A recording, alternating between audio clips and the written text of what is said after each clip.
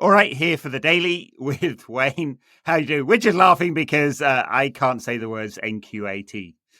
It's a bit of a mouthful. Yeah. Anyway, not like you've had enough practice of it. I mean, only 1,000 odd episodes, but still, it's difficult. Well, in your defence, not that I'm always prone to defend you, Ed, but in your defence, you've had the name change, so it's not 1,000 goals at the NQAT. So, and it is a bit of a mouthful. I'm all right. I'm obviously taking much pleasure in your fumbling of that many times. Yeah, all good. Thank you. United win in the last minute, or near enough. New signing scores on his debut. So, what's not to love? All is good with the world. Yes. We were just chatting earlier. Isn't it nice? The season starts, but you don't want a break. You want the games to keep coming. I know, look, there's going to be like 60 games this season or something mad like that because of the extended Europa League. And let's just assume we do well in that. There's going to be a lot of football. So I guess we shouldn't complain. It's just we have to wait a week for the next game and then wait a week for the next game. And there's the international break. And we'll be into the end of September. We will have had 3 games. And then they come really thick and fast. Well, what about the Papa John's trophy, or whatever it is, the EFL one that they played? Yeah. And they did brilliantly last night. Barnsley 2-0 up, like 9 minutes left. That second goal from Jack Fletcher. Oh, my God. They don't count as senior appearances, and I think that's a bit mean. Well, I think it's basically the reserves, isn't it? It's the under 21 side. Yeah, I know. I just think like they're playing against senior sides. It's the badge. It's a senior competition to all intents and purposes. Obviously not for us. And I guess that's a trade-off. I just feel a bit bad. Like, I mean, you've got a moment like that, and you've scored it in a United shirt, and it is against senior players. Kind of deserves the credit for that. Really. Yeah. In a more pronounced way. All right. Well, we're going to talk about a couple of younger players today who have not appeared in the EFL Trophy, Papa John's, whatever the fuck it's called today. I don't know. I'm just an old man shouting at clouds. I can't remember what these things are called. We're going to talk about Fecund Pellistri, who's left for Panathinaikos just a little bit, and about Kobbie Mainoo, who reports today suggests they're negotiating a new contract with him. So let's start with Pellistri, a player who arrived 3 years ago now, I think. It's such a strange time. He arrived one of those post-Brexit deals, and then spent a couple of years out on loan, and then last year sort of on the periphery of the squad. And to be honest, most of his senior football has come in a Uruguay shirt. He played 6 times for Uruguay in the Copa America this summer. So, feelings about Pellistri leaving? I feel like like you said, he was one of those signings, the post-COVID window, which was it September, and we'd played, or October even, and we played Spurs, and we got mauled at home 6-1. And then we went and bought 4 players on deadline day, and they were Pellistri, Ahmad, Cavani one, and Van der Beek had already signed. It was the other one. There was a 4th ill-fated signing on that. Anyway, so, and I don't think any of those have lasted, any of the ones on the deadline day. They were all sort of hastily made signings we were sold the future, but really Ahmad has done well, but I still look at him, I think, even though I was singing his praises last week about being the most penetrative player, do I think that he's got a long-term future at United? Well, the jury's out, we'll see, but definitely not one that you would say for certain. Pellistri had even less of a chance. It's been difficult to see what his pathway to the first team has been, because in that entire time, we've talked about needing a player on the right-hand side. Obviously, the problems with Greenwood. We signed Sancho, and he was meant to be playing there, and immediately went to the left. And then we signed Anthony, and he's not good enough. And then we've got Garnacho playing there, and like I said, Garnacho and Ahmad fighting for that spot at the moment. Rashford's had a little spell out there as well, and never at any time has Pellistri sort of stepped up and made an argument for himself. There was one game last season, I can't remember the game, but he did a good run and he pulled the ball back for an assist or something. It might be, no, I'm not going to say Forest. There was a game he came on anyway, quite late on, and he did a good run and he created a goal. And that was as good as it got, really. And we were just talking before about what stands as a good deal for him, and I think it's probably a fair deal all round, really. That if it turns out that they've got a bargain for him, then so be it. I don't think it's one that United could afford to stand in the way of, and I don't think it will hurt us in the long run. No, I'm definitely not. He didn't really have a pathway to being in the first team. He's been at the club long enough now to work that one out. There's a couple of reasons. One is I think the quality's just not there, and evidence is he's moving to a club outside the top 7 leagues. I hope it works out for him. His best work has definitely come in the Uruguay shirt, of which there are many examples of good stuff. And maybe it's just a different dynamic in international football compared to the Premier League, but it was fairly obvious. I think he wasn't going to make it, despite lots of support for him amongst United supporters.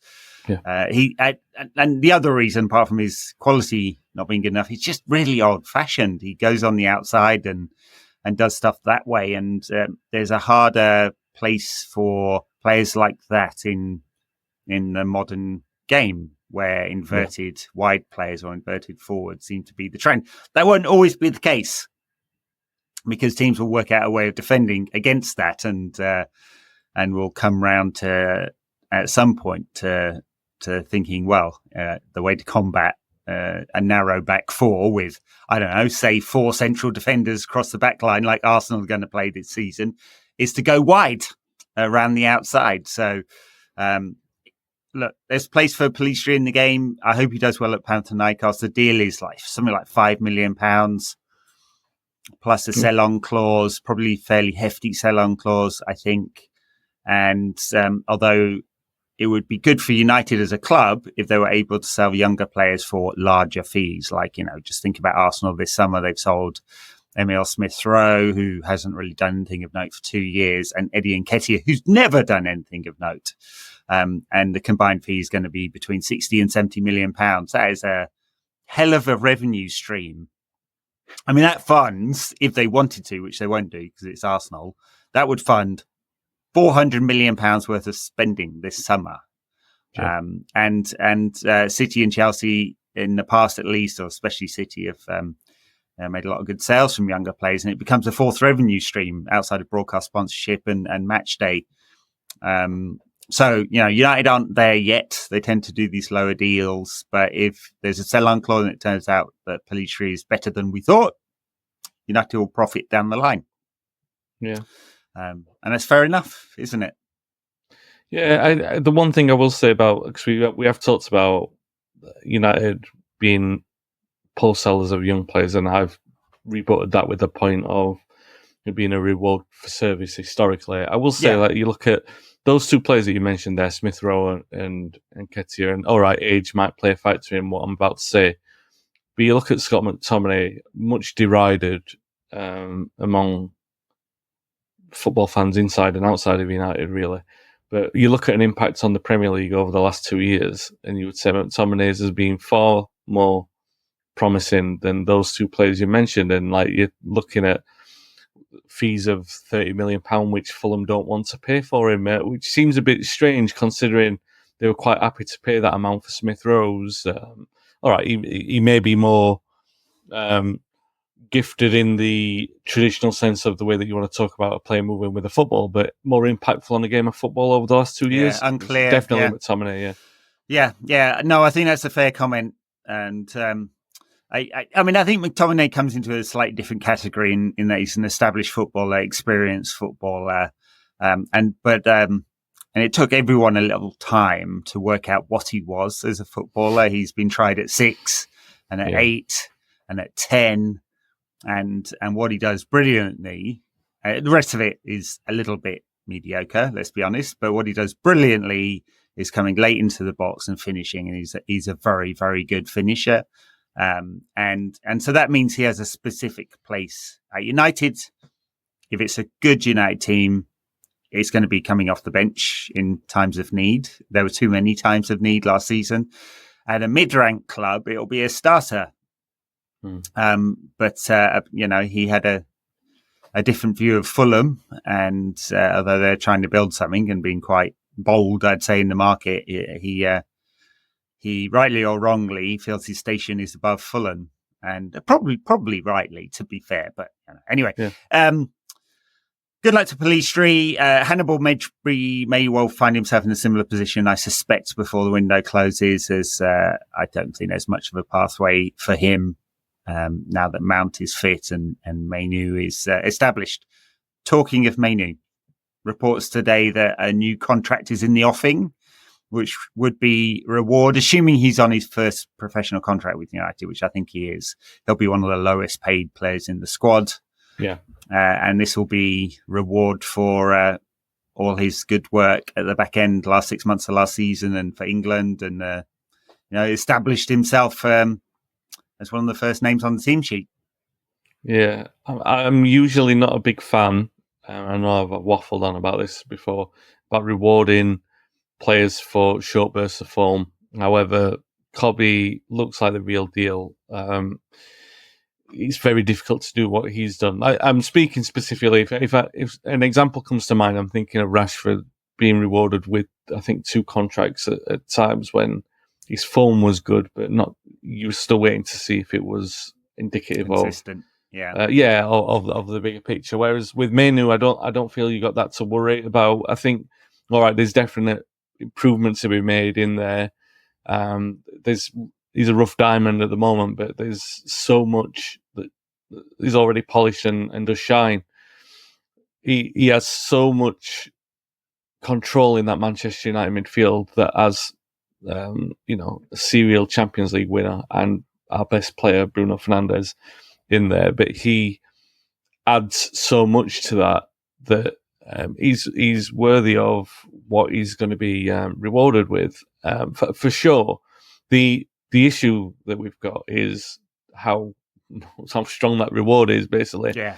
Compared to the trajectory that we need to see from him, because there are things that, all right, we can all see that there are improvements that need to be made with him.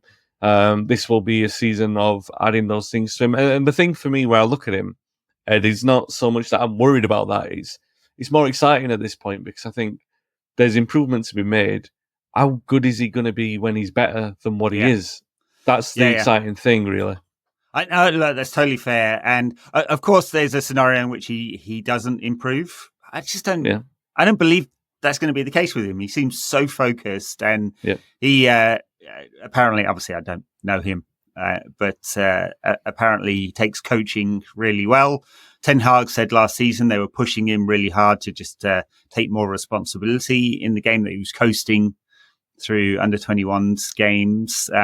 But the way he took to first United and then to international football, like he's just always been there, says something about his sort of maturity. Plays like a very mature player. He is in a way a very strange player, because if you look at his data, now we've got a little bit more of a data set on him. He makes loads of interceptions. He makes loads of challenges and duels. He makes an incredible amount of take-ons. And he's just a very odd profile that you don't find very often. Gareth Southgate said something similar, didn't he? A profile we haven't got. The 2 things you want him to add to his bow to be an unbelievable footballer is progressive passing or longer range passing. So be a bit braver with that passing. He's quite safe. I think we saw in the Euros, and it may well be what he was being asked to do, but something like 90% of his passes were successful, but like 90% of them, or over 90% of them, were sideways or backwards. They were not progressive passes. And so I'd like to see more of that from him, given that he is, as our number 8, going to be the link between Casemiro or Ugarte if he comes in, and Fernandes, Mount, and the forward players. So more of that. I'd also like to see him on the ball more. So instead of making 40 passes a game, he's making 80 or 100. United Xavi, something like that. Yeah. That feels like the kind of profile of player he could become. That's a very, very high ceiling, isn't it? But it feels like he could get there. So what do you think the contract structure should look like? I mean, it would be a bit odd if he was like Rashford, Casemiro, Bruno level wages right now, wouldn't it? It feels like there should be a step between. Yeah, I feel like there's, probably, I don't know, a grade lower than where Garnacho is. But having said that, I mean, Garnacho he's not doesn't have that. Wages, he doesn't have that much more football than Kobbie. I mean, I wouldn't be. I think all wages are crazy at this moment in time. You'll be looking at close to six figures, if not tipping over that. Per for week. Sure. Yes. Yeah. Oh, for sure. I mean, because that's just the way that it goes. But it interests me in the things that you were talking about earlier, the metrics that you use to define players. Like, does he fit into a six? What are his numbers per game and everything? I think the thing about Kobbie that excites me more than anything is that he doesn't seem to be an obvious fit into those things. And those are the players that are generational, where they sort of rip up what's expected. You're talking about sixes and eights, and you've got a player there who can do lots of different things. Yeah, I think that what you're talking about is a level of self-confidence where he fits into that midfield and then starts bossing it with the authority of...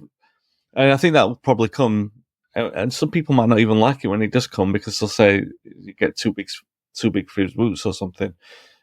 But there's like a deference in there at the moment where he knows that he's learning off Casemiro, he knows that he's learning off Bruno. At some point, he will know that he's worthy of that company, and that will hopefully be the point where the expression comes. But we have seen a lot of that expression, the way that he can fearlessly glide through 3 or 4 challenges. And the point is that, for me, when you see him play like that, even all the things that he does, I feel like the stuff for England was a little bit different, because I feel that was sensible and logical. You wouldn't want to take a risk and be found to be a national scapegoat. So I'm glad that went the way that it did for him. But I feel like all the things that we're seeing from him in the United shirt, I'm not worried about the things that he doesn't show. Like he said, a bit more bolder in the passing and things like that, because I think that will come. I feel the one thing that I like about him, more than anything, is that temperament. The fact that if anyone's watched him play through the under-18s to the under-23s straight through to the first team, when he gets into his rhythm, he's exactly the same kind of player. He's so classy, does exactly the same kind of things. Now, that next step, which obviously we are going to see a bit of it at United over the next couple of years, hopefully will be a massive improvement in there. And I say massive improvement, he's already established. I'm talking about for his own personal sake, his own projection, that there will be an expression in there once he realises that he is comfortable in the company that he's currently in. Yeah. So the talk about profile and everything, those are the things that I like about new footballers, fresh footballers, is that sometimes a player like Mainoo rips that up and he says, no, this is the way that I'm going to play. Like much the way that Makalele came in, he said he redefined the water carrier role. I'm not saying that Mainoo's going to have a role named after him in midfield, but what I like is that you have an expectancy of what he's going to do, and the beauty of him is that he upsets that. Yeah. That's why he's been so good for us. All right. Well, earlier last season, you said that Mainoo would make his way into the England team and that he wouldn't be able to be dropped, and that was proven correct. I hope at some point the Kobbie becomes a role in football. We're yet to see what it fully is, but I think it's going to be very special. Thank you very much for listening, everyone. We'll catch you again with a full pod, probably tomorrow with Wayne as well. All right. Bye now.